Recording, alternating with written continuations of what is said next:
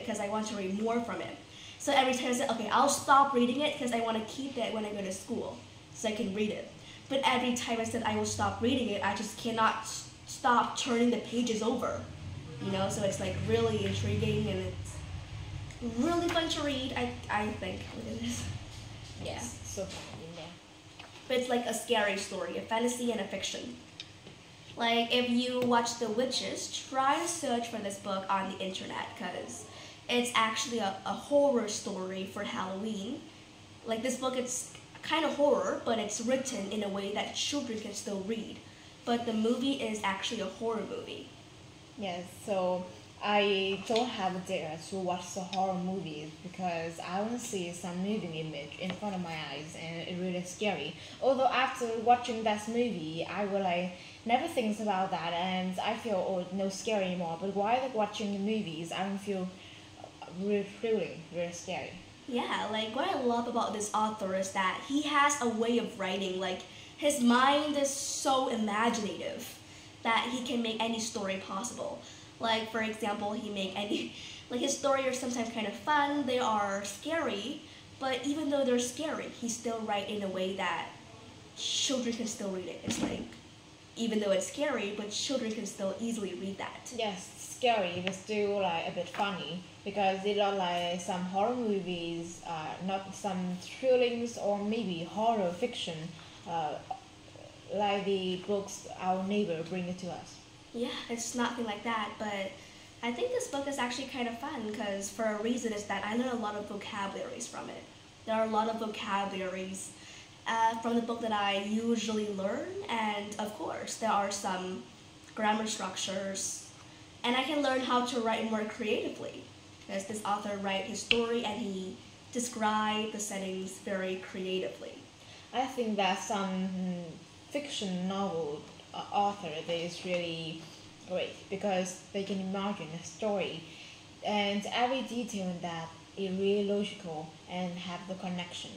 But I see that they is really so great at writing because they have a very big imagination.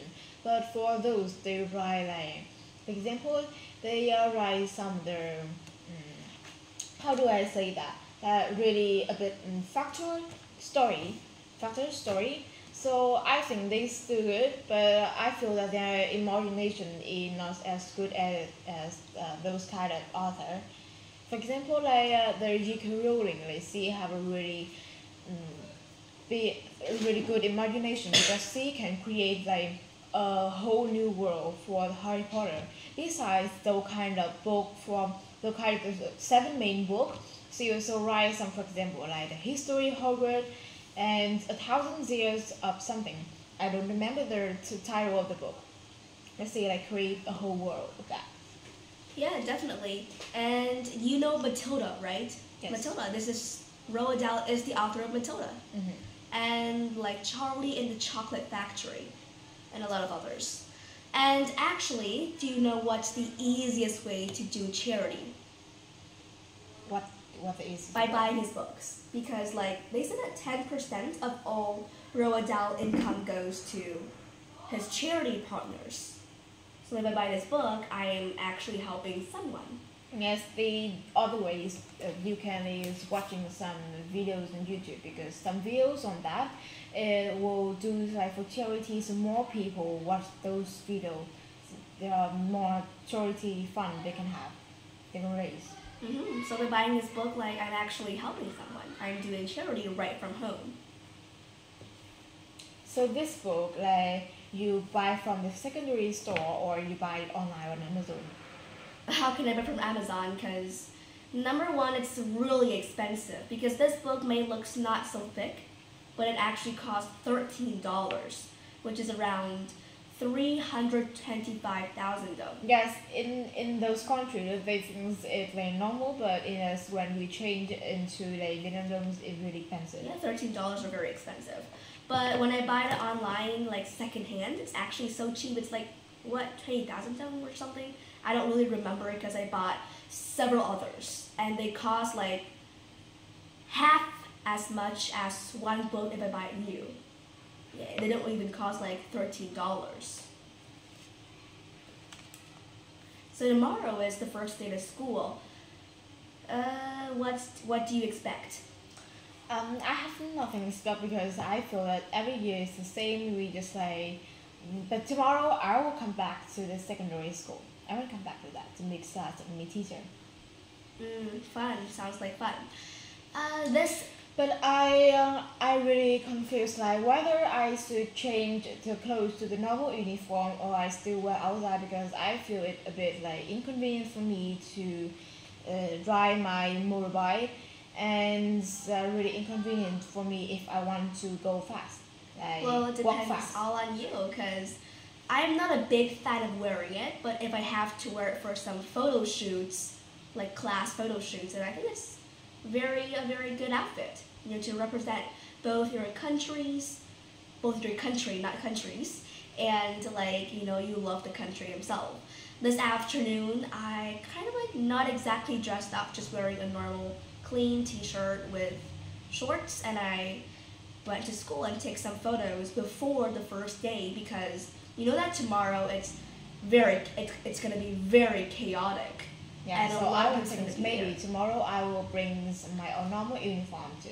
Yeah, to tomorrow change is like if I feel if it's a bit inconvenient for me, so I will change after the ceremony. tomorrow's gonna be very chaotic for a part, and plus that's the reason because my class we actually did some improvements on the facilities in my classroom. Like we actually hired some artists.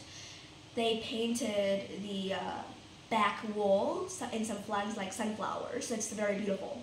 And we also upgraded the chairs and the tables, so it's gonna be like higher and higher as it gets. I think it's gonna be a very advantage. It's gonna be like an advantage for the teachers to take control over the students, so that, for example, if the tables and chairs are just flat, they will not know what the students from like the last seats are doing. But when it's like higher, way higher, it's gonna be better for them to take control, and it's gonna be hard for the students to cheat during exams because the teachers are definitely gonna know. It's easier for them to look at. And we also like upgraded literally every single thing, which is kind of convenient. Yes, I think if your background, like your classmate can keep that, and at the end of the school year, still as good as you. So I think it will be great if you guys can still take a picture there. But I think we have to know the way to keep that because now students they're really active. Sometimes they will run around, they will like chasing each other, so they will make it dirty.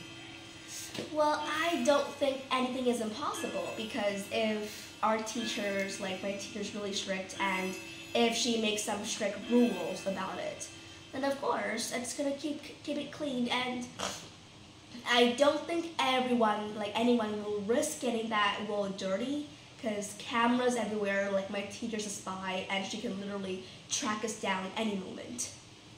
So I don't think that's really possible to, step on the wall and, purposely make it dirty. Because I know that a lot of students, they just purposely make the wall dirty in their classrooms.